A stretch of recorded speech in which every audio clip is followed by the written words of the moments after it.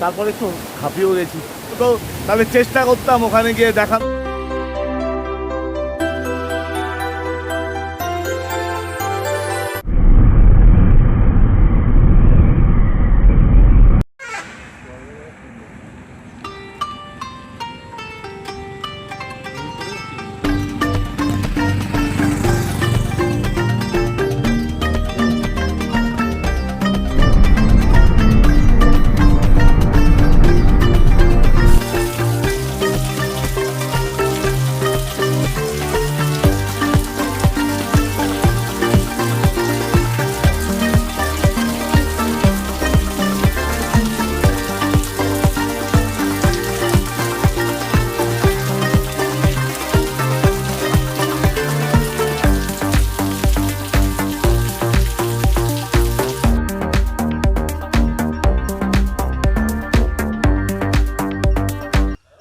দুবলাঘাটি থেকে প্রায় 60 কিলোমিটার পেরিয়ে, মানে 60 কিলোমিটার মোটরসাইকেল করে পেরিয়ে আমরা এখন এলাম পঞ্চলিঙ্গেশ্বর।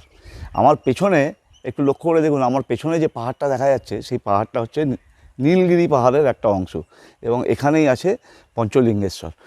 এবং আমি কিন্তু পাহাড়ের কাছে নেই, আমি আছি যেই হোটেলটায়, সেই হোটেলের ছাদ থেকেই কিন্তু আপনাদেরকে আমি ভিডিওটা করে দেখাচ্ছি। গোবিন্দ যাত্রী নিবাস, এই হোটেলটার নাম হচ্ছে গোবিন্দ যাত্রী নিবাস। একদম পাহাড়ের কোলে, আপনারা নিশ্চয়ই দেখতে পাচ্ছেন পেছনে দেখুন, আমার পুরো নীলগিরি রেঞ্জটাই পুরো দেখা যাচ্ছে। একটু ঘুরিয়ে দেখাচ্ছি আপনাদের, থেকে দেখতে পাচ্ছেন। তো আমি এদের কোনো প্রমোশনের জন্য এখানে আসিনি অবশ্য, কিন্তু তবুও বলবো যদি পাহাড়ের কোলে থাকতেই হয় তবে চলে আসুন গোবিন্দ যাত্রী নিবাস। এখানে আমরা এখন এই মুহূর্তে যে রুমটা নিয়েছি সেটা একটা এসি রুম। তো 1200 টাকা বলেছে, আমরা একটু দরদাম করবো আর কি, যদি কিছু সস্তা হয়। তো চলুন এবার দেখুন, আকাশে মেঘও করেছে, বৃষ্টিও নেমেছে। আসলে দুবলাঘাটিতে এত বৃষ্টি হচ্ছিলো যেমন অনেক আগেই আমরা আসতাম, কিন্তু আসতে পারিনি, কেননা যেহেতু মোটর সাইকেলে করে আসছি, বাইকে করে, তো আমরা চাইলাম যে একটু বৃষ্টিটা থামুক তারপর আমরা এখানে আসবো। তো যাই হোক, এখন প্রায় পৌঁছাতে আমরা ওখান থেকে বেরিয়েছি ধরুন 12:30। তো এখানে পৌঁছে গেছি মোটামুটি 1:45 নাগাদ। তো এখনও পর্যন্ত হোটেল থেকে আমরা এই হোটেলে জাস্ট আমরা জামা কাপড়টা ছাড়লাম, মানে জামা কাপড় আর ব্যাগ ট্যাগগুলো রেখে আমরা এখন যাব হচ্ছে বাবার দর্শনে পঞ্চলিঙ্গেশ্বর।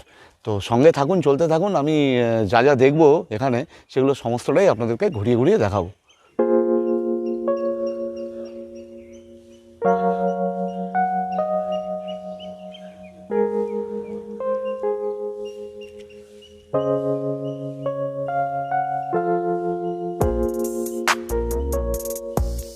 আমরা এখন এসে গেছি গোবিন্দ যাত্রী নিবাসে। একটু পরে আমরা লাঞ্চ করব। আমরা আজকে সকালবেলা দুবলাঘাটি থেকে বেরোলাম, এবং দুবলাঘাটি থেকে বেরিয়েছি তখন প্রায় 12:30। কিন্তু কেন 12:30টায় বেরোলাম, তার কারণ ওখানে প্রচণ্ড বৃষ্টি হচ্ছিলো, আমরা চেষ্টা করেও বেরোতে পারছিলাম না। এদিক থেকে দাদা ফোন করছিল। এই যে আমরা এসছি বালেশ্বরে, এই বালেশ্বরে এই যে আমরা হোটেলটায় আছি সেটা হচ্ছে গোবিন্দ যাত্রী নিবাস। গোবিন্দ যাত্রী নিবাসটা বারবার করে আমি একটাই কথা বলছি, গোবিন্দ যাত্রী নিবাস কেন বলছি, এখানে আপনি আশেপাশে অনেক হোটেল পাবেন, নীলগিরি পর্বতটাও খুব একটা দূরে নয়, কিন্তু গোবিন্দ যাত্রী নিবাসের যেটা মানে যেই জন্য এখানে আসা উচিত সেটা হচ্ছে গোবিন্দ যাত্রী নিবাসের দোতলার ঘর থেকে নীলগিরি পর্বতের রেঞ্জটা পুরো স্পষ্ট দেখা যায়, এবং একদম সামনাসামনি মনে হয় যেন হাত বাড়ালে আপনি নীলগিরি পর্বতটাকে দেখতে পাবেন। আচ্ছা, এ তো গেল, আপনাদেরকে তো ঘুরিয়ে ঘুরিয়ে আমি সব কিছু দেখাবো, কিন্তু এইখানে এসছি এবং এই দাদার আতিথেয়তায়, এই দাদা আমি যখন লাঞ্চ করব এবং আমাদের লাঞ্চটা দিয়ে গেছে, তো একটু লাঞ্চটা দেখাচ্ছি। ভাত, ডাল, এইখানে আছে দেখুন উচ্ছে আলু ভাজা, এখানে হচ্ছে আলু সেদ্ধ, এইটা হচ্ছে পোস্ত, আলু পটল পোস্ত, চাটনি, মাছ, শুধু একটা মাছই দেয়নি, মাছের সঙ্গে 2 রকম মাছ দিয়ে, মানে 2টো মাছ দিয়েছে, তার সঙ্গে এই হচ্ছে স্যালাড। তো বন্ধুরা, এই যে খাবারটা আমরা শুধু একবার ফোন করে বলেছিলাম, দাদা এত সুন্দর যত্ন করে আমাদেরকে গুছিয়ে খেতে দিল। সত্যি কথা বলুন তো, বাড়িতে এরকমভাবে আপনারা কি খাই না, কিন্তু অবশ্যই এটা তো ওদের কর্তব্য বলবেন আপনারা, কিন্তু তবুও এত সুন্দর একটা সার্ভ করে যে আমার তো খুব ভালো লাগছে। তো যাই হোক, ও আসুন আমরা ম্যানেজার বাবুর সঙ্গে একটু পরিচয় করে নিই। ম্যানেজারবাবু, আপনার নামটা কি? দেবাশিস পণ্ডা। দেবাশিস পান্ডা, ইনি হচ্ছেন এই হোটেলের ম্যানেজার। তো আসুন, এই হোটেলে আপনাদের কটা রুম আছে? আমাদের এখানে 43টা রুম আছে।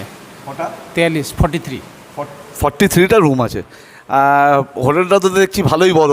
তো একটু মানে আপনাদের রুমের রেঞ্জগুলো, মানে রুম কত করে, মানে কীরকম, মানে কোনো কাস্টমার যদি আসে তাহলে সে কেমনভাবে পে করবে, বা যদি মানে অন্য কোনো জায়গা থেকে বুকিং করতে হয় তাহলে কেমনভাবে করবে, সেগুলো একটু ডিটেলে বলুন। আমাদের রুম রেঞ্জ আছে 4 বেড আছে 800 টাকা, ডবল বেড আছে 800 টাকা, ট্রিপল বেড আছে 1000 টাকা। এটা নন এসি রেট আমি বলছি। এসি হচ্ছে ডবল বেড আছে 1000 টাকা, আর ট্রিপল বেড আছে 1200 টাকা। আচ্ছা, তো বন্ধুরা আপনারা তো শুনলেন রেটটা। আচ্ছা চলুন এবার একটু ঘরগুলোকে ঘুরে ঘুরে একটু দেখা যাক। বন্ধুরা, গোবিন্দ যাত্রীনিবাসের রুমগুলো একটু আপনাদেরকে ঘুরিয়ে দেখাই, তারপর ম্যানেজারবাবুর সঙ্গে কথা বলে আমরা জেনে নেব যে কোনটার কী দাম, মানে কোনটার কত রেট।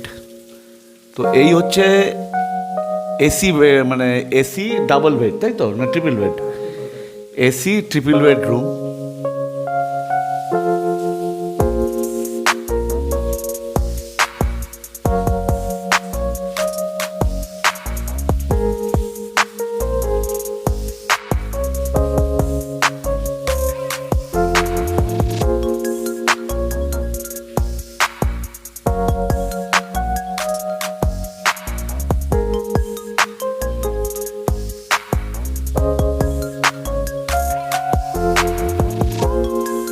দাদা ভাড়া হচ্ছে নন এসি হচ্ছে আপনার হচ্ছে 1000 টাকা, এসি হলে 1200 টাকা।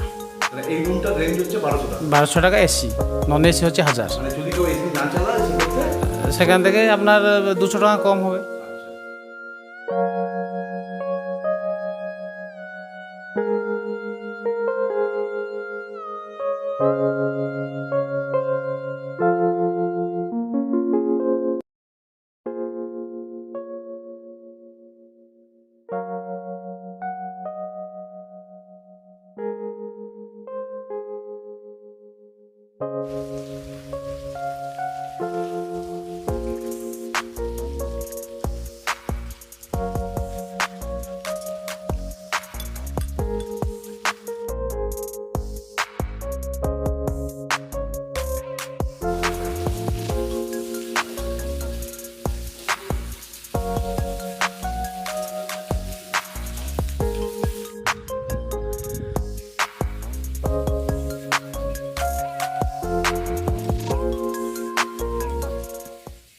বন্ধুরা, বৃষ্টিটা একটু কমেছে, যে আপনি নিশ্চয়ই দেখতে পাচ্ছেন আমি রেনকোট পরে আছি।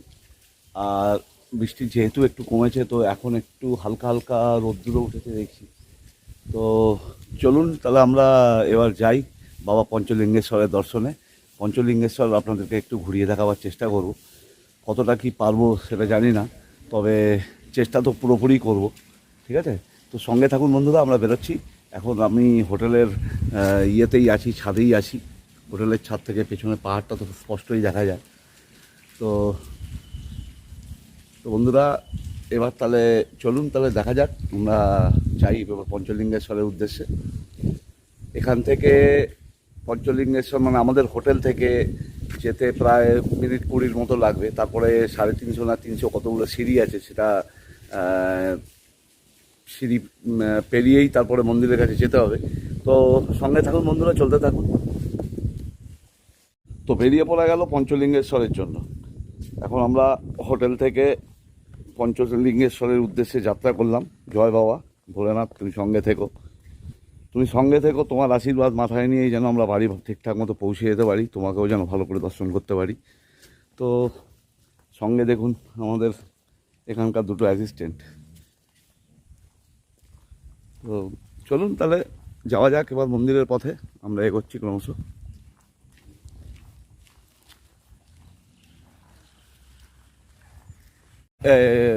হোটেল থেকে বেরিয়েই একদম এই রাস্তার বাদিকে গেছে, এই দিকটায় গেছে হচ্ছে মেন রোডের দিকে, আর ঠিক তার ডান দিকে এই রাস্তা ধরে আমরা যাব বাবা পঞ্চলিঙ্গেশ্বর দর্শন করতে। বাবা পঞ্চলিঙ্গেশ্বর যাওয়ার রাস্তাটা কিন্তু খুব সুন্দর, এবং এটা একদম কংক্রিট দিয়ে বাঁধানো, মানে এই আমার তো মনে হয় মন্দির অবধি গাড়ি যায় হয়তো। তো রাস্তাটা খুবই সুন্দর, চারিদিকে গাছগাছালি, ছাওয়ায় ঘেরা রাস্তা।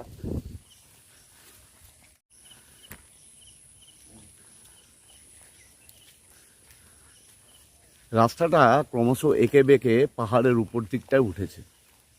মন্দিরটার ঠিক নিচের রাস্তায় সারি সারি দোকান। এখানে আপনারা পুজোর সামগ্রী থেকে শুরু করে সকালবেলার ব্রেকফাস্ট অবধি আপনারা সব কিছুই এখানে পাবেন।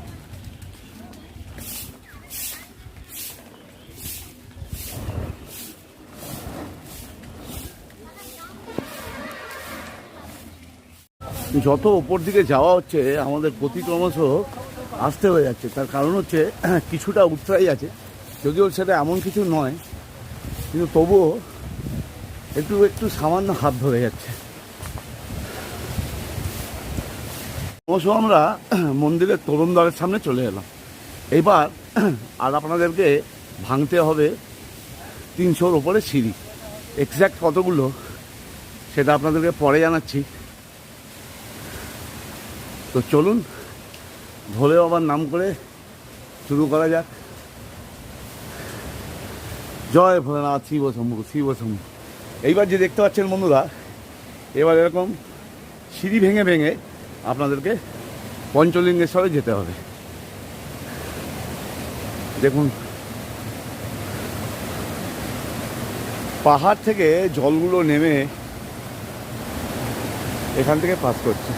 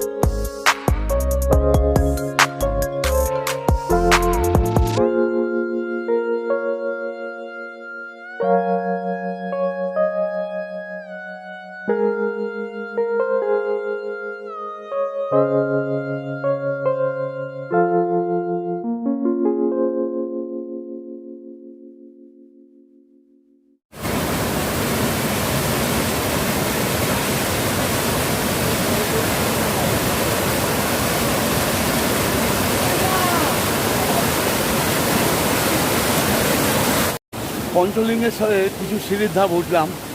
ওঠার পর এরকমই একটা, আমার পেছনে দেখতে পাচ্ছেন, এরকমই একটা মনোরম দৃশ্য দেখে কিছুক্ষণের জন্য এখানে দাঁড়াতে হলো। তারপরে একটু হাঁপিয়েও গেছি, একটু রেস্ট নিয়ে উঠবো আর। তো চলুন বন্ধুরা এগোতে থাকি। গুটি গুটি পায়ে বাবার নাম করতে করতে পৌঁছে গেলাম পঞ্চলিঙ্গেশ্বর শিবের মন্দিরে। এখন আমরা মন্দিরের কাছেই আছি। আমার সাথে এনারাও কষ্ট করে উঠেছেন, একটু হাই বলে দিন।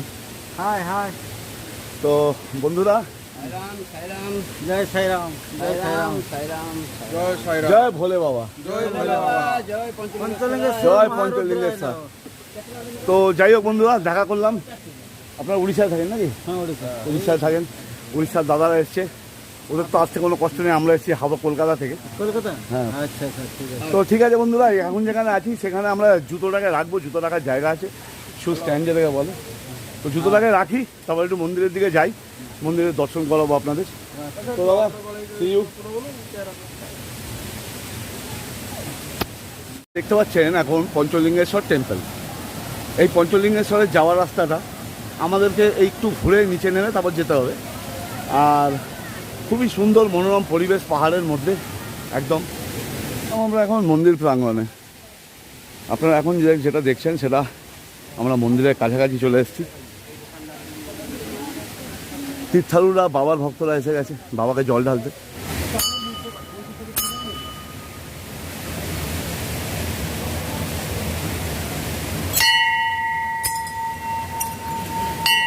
তো বন্ধুরা এসে গেলাম পঞ্চলিঙ্গেশ্বর।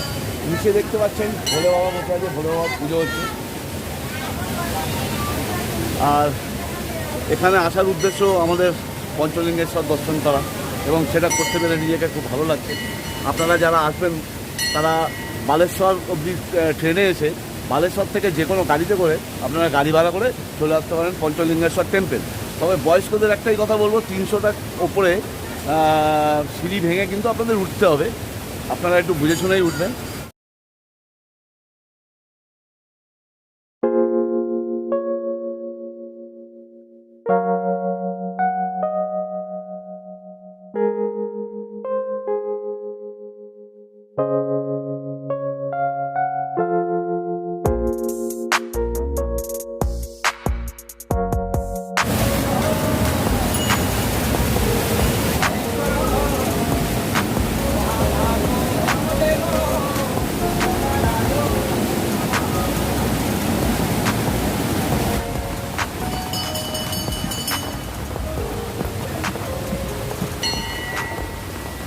মাহাত্ম আছে, সেগুলো আপনাদের কাছে একটু তুলে ধরার চেষ্টা করলাম।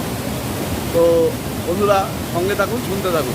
ওপরের যে বটগাছটা দেখছেন, এর কিন্তু প্রত্যেকটা পাতা মানে 90% পাতা হচ্ছে 5টা পাতা, আর 10% হয়তো 2টো 1টা বা 3টে থাকতে পারে। বা আপনাদের একটু একটু লক্ষ্য করে দেখুন যে 5টা করে পাতা।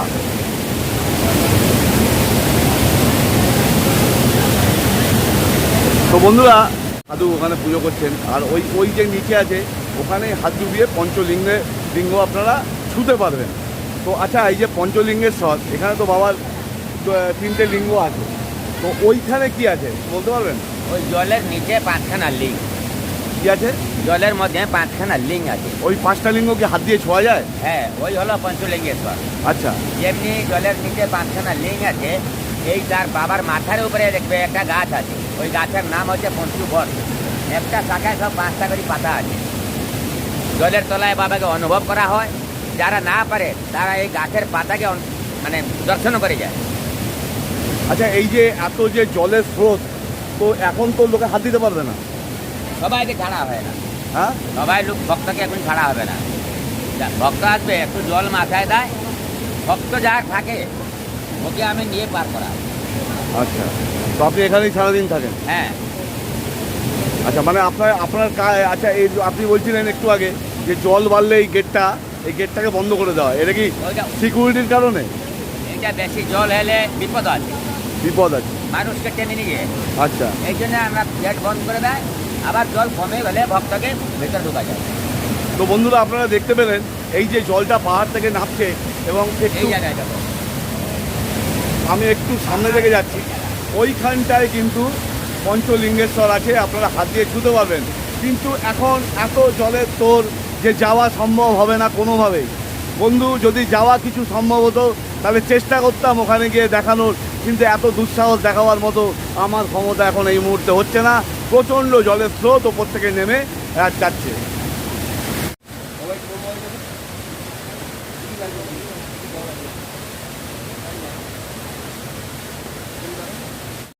তো বন্ধুরা হয়ে গেল আমাদের পঞ্চলিঙ্গেশ্বর দর্শন, এবার ফেরার পালা।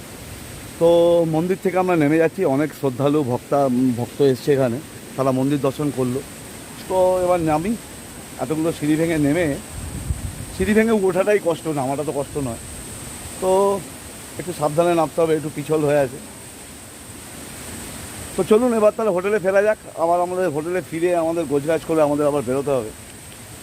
তো 5 ঘন্টা 5.5 ঘন্টা গুগল টাইম দেখাচ্ছে কলকাতা। দেখা যাক কতটা কি হয়, এরকমভাবে পৌঁছাতে পারি। বৃষ্টি যদি না আসে একটু হয়তো ঠিক টাইমেই পৌঁছাবার চেষ্টা করবো, বা বৃষ্টি আসে তো নাথিং টু ডু, কিছু করার নেই। তো আর ক্যামেরা করছি না, তার কারণ সিঁড়ি দিয়ে নামছি, দেখুন সিঁড়ি দিয়ে নামছি, তো পড়ে যাওয়ার সম্ভাবনা আছে। তো আজকের মতো টাটা। তো সঙ্গে থাকুন, সাবস্ক্রাইবটা বন্ধুরা অবশ্যই করবেন, কেননা আপনাদের জন্যই কিন্তু এত কষ্ট করে সব জায়গায় যাওয়া এবং ভিডিও করা।